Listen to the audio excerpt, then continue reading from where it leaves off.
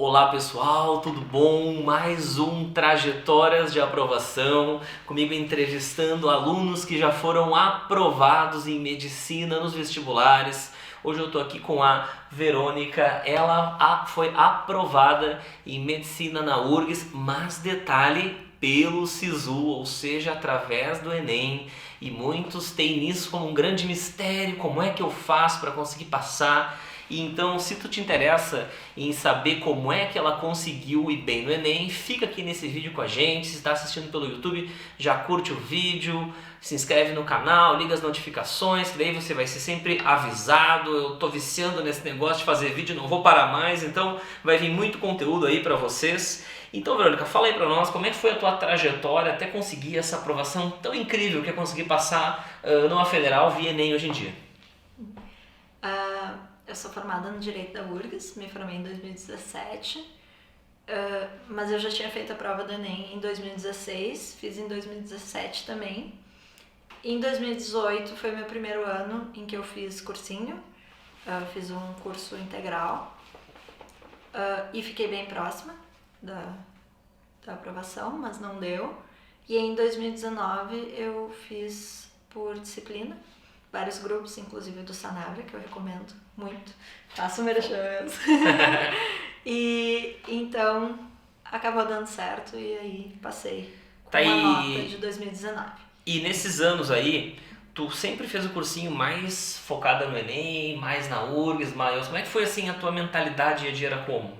A minha mentalidade foi perceber que a minha vantagem competitiva era pelo Enem, em função das minhas classificações. E perceber que eu me adaptava melhor com a prova do Enem, enfim, eu tinha uma certa afinidade, então eu fiz toda a minha preparação voltada pro Enem. E olhem só, pessoal, o resultado, eu anotei aqui para falar para vocês. Redação, a média dela para URGS foi 780 e alguma coisa, na média simples 785, né? Mas olha só, redação 880. E muita gente tá em choque, né? Nossa, ela passou e ela fez 880. E espera aí, matemática 854, ou seja, ela foi bem, mas não arrasou. E nenhuma das duas que mais ficam bem são aquelas que alavancam o pessoal para cima no Enem e fazem o cara passar. Aí, natureza, 715. E aí os grandes diferenciais. Humanas, 747. E linguagem, 730. E ela conseguiu 42 acertos para chegar nesse 730. E esse 730 não parece muita coisa, mas ele é muito alto, porque a maioria do pessoal em linguagens que faz 30, 30 e poucos e não chega no 700 de jeito nenhum. Então, pensando nesse teu desempenho incrível que tu teve em linguagens, eu queria que tu contasse aí o que da tua trajetória de vida e da tua preparação foi mais importante para tu conseguir ter nitidamente facilidade com essa prova para chegar nos 42? Sim. Bom, eu sempre gostei muito de ler, em função também da minha formação prévia. A leitura sempre fez muito parte da minha vida, sempre lia muito. E por lazer, assim, não nada específico de conteúdo, mas eu gostava bastante.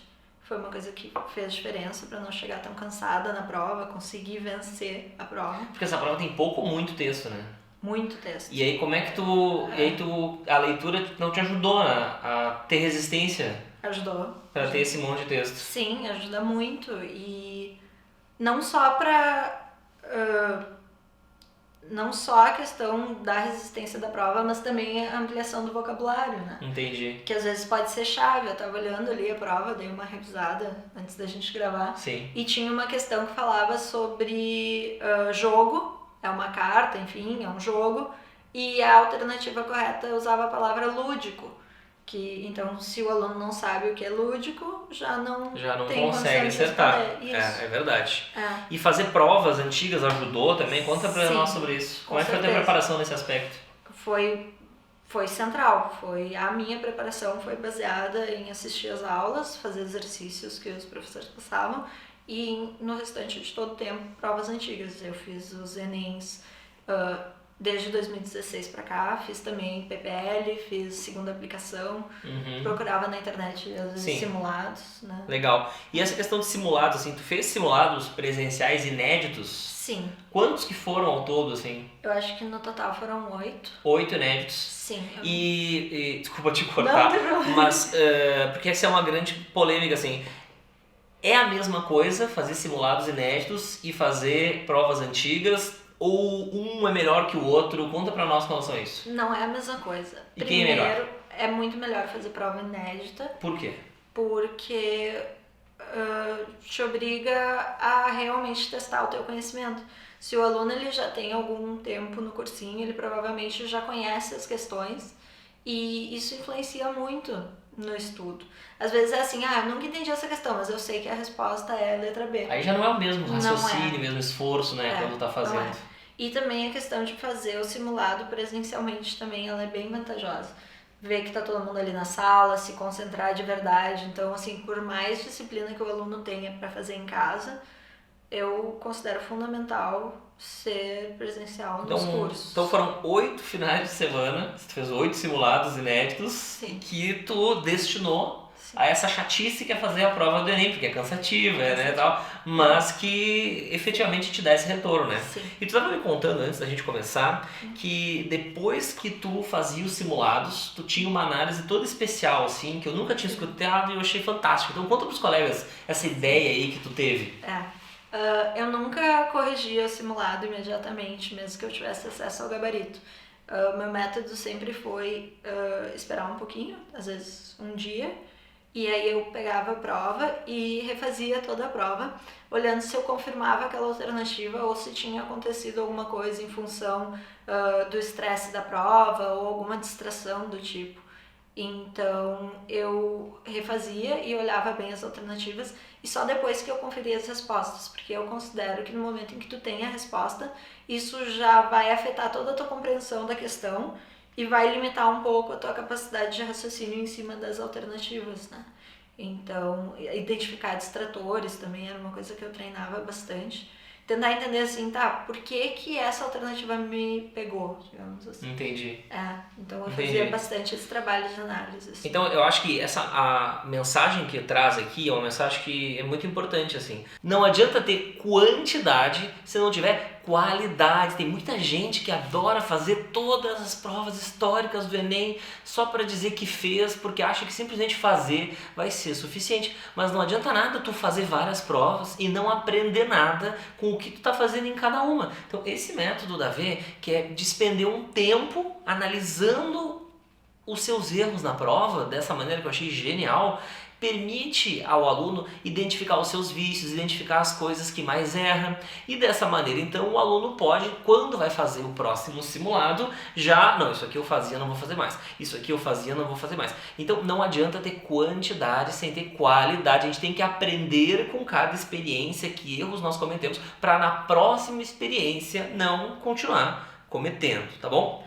A V falou pra mim que ela não era tanto assim de estudar formalmente com exercícios e tal, mas ela tinha uma leitura direcionada aos temas. Conta pra nós como é que era essa leitura direcionada aos temas do Enem que te ajudou tanto, né? Tu falou. Sim. Eu comecei a perceber que na fonte das questões do Enem muitas vezes existia aquela revista, por exemplo, a Química Nova na Escola, e existem outras também. E eu comecei a pesquisar e ler artigos que são de professores, geralmente explicando como eles adaptaram um conteúdo para ser ministrado em aula e mostrando as dificuldades dos alunos e como eles identificaram essas dificuldades e como isso foi resolvido. E o Enem, ele foca muito nisso, nessa questão pedagógica do aluno, né? Então foi bem proveitoso para mim. E ao mesmo tempo eu aprendia coisas novas que talvez não fossem necessariamente cair na prova, mas me mantinham lendo e aprendendo. Tem um exemplo do sabonete, ele tava contando, né? Eu gostei desse aí. Aquele sabonete de inox que... No fim eu até errei essa questão, mas trouxe conforto na hora da prova, ver que algo que eu tinha estudado estava ali, né? Então não foi perdido, mas é um sabonete que ele catalisa as reações químicas para tirar o cheiro de alho, porque como eu gosto muito de cozinhar, um dia eu pensei, como é que será que é essa reação? E acabou caindo na prova. Entendi. Foi uma dessas tuas leituras, sim, aleatórias, entre aspas, que na verdade acabam recompensando. Sim. Legal. Qual que seria a tua mensagem final de uma aluna que sempre focou só no Enem e conseguiu passar no Enem. Sim, a coisa que tu mais gostaria de dizer que é a mãe de todas as outras, pro aluno que vê nessa prova uma chance real de conseguir entrar numa federal, assim, qual é a coisa mais, o conselho mais importante, assim, coisa mais importante que tu acha que uma pessoa tem que se preocupar quando está se preparando para ir bem no Enem? É a questão da resistência. É uma prova muito cansativa e muito densa, tem muito texto. Então, assim, não tem como chegar no dia da prova e querer ir bem se tu não estiver te preparando sistematicamente para essa prova. Sim. E isso envolve a questão do tempo e a questão do cansaço, para depois poder abordar a questão do conteúdo. Se tu não chega bem na questão, tu pode saber a matéria, tu não vai conseguir responder, porque tu já está exausto, já está desgastado, tem toda a questão também do gabarito, né, na hora de transcrever, então o manejo do tempo, e é isso, então tem que se preparar especificamente. É como se fosse treinar para uma maratona, né? Sim, sim. E tem que ir colocando o esforço gradualmente crescente, né? Sim. Que nem uma pessoa que se prepara para uma maratona, né? Vai pegando pesado cada vez mais, cada vez mais, cada vez mais. Exatamente, então especificamente para o Enem, geralmente quando a gente estuda em casa, a gente pensa, vou estudar 2 horas que seja, vou fazer um intervalo. Se o teu foco é o Enem, convém começar a ampliar esse tempo focado para que tu consiga chegar bem depois de 4 horas de prova, depois de 5 horas de prova, né? Assim, não te desgastar tanto. Isso só se faz ao longo do ano, treinando sempre. E aí o hábito da leitura ajuda a dar conta. Sim. E aí fazer os 300 mil simulados ajudam a dar conta. É todo um conjunto da obra, né, que eu acho que a gente pode resumir essa entrevista como não é só estudar o conteúdo formal. Tem um universo de outros. Pode ver, a última coisa que a gente falou foi como tu estudou o conteúdo formal nessa entrevista. Então vocês verem como para passar no Enem tem várias outras dimensões além da óbvia, que é aquela do estudar bonitinho, fazer exercício bonitinho, ter aprendido o conteúdo bonitinho. Tá bom, pessoal? Vê, muito obrigado. Valiosíssimas dicas que tu deu pro pessoal. Quem tá pensando em aprovar pelo Enem, com certeza vai ser muito útil. Então sigam acompanhando a gente nas redes, tá? Que vão vir mais vídeos com trajetórias de alunos, agora focando mais no Enem, já que saiu o SISU. Aproveitem isso aí, tirem ao máximo essas dicas que com certeza vocês vão poder usar ao longo do ano de estudos de vocês. Gente, um abraço, um beijo, até o próximo vídeo.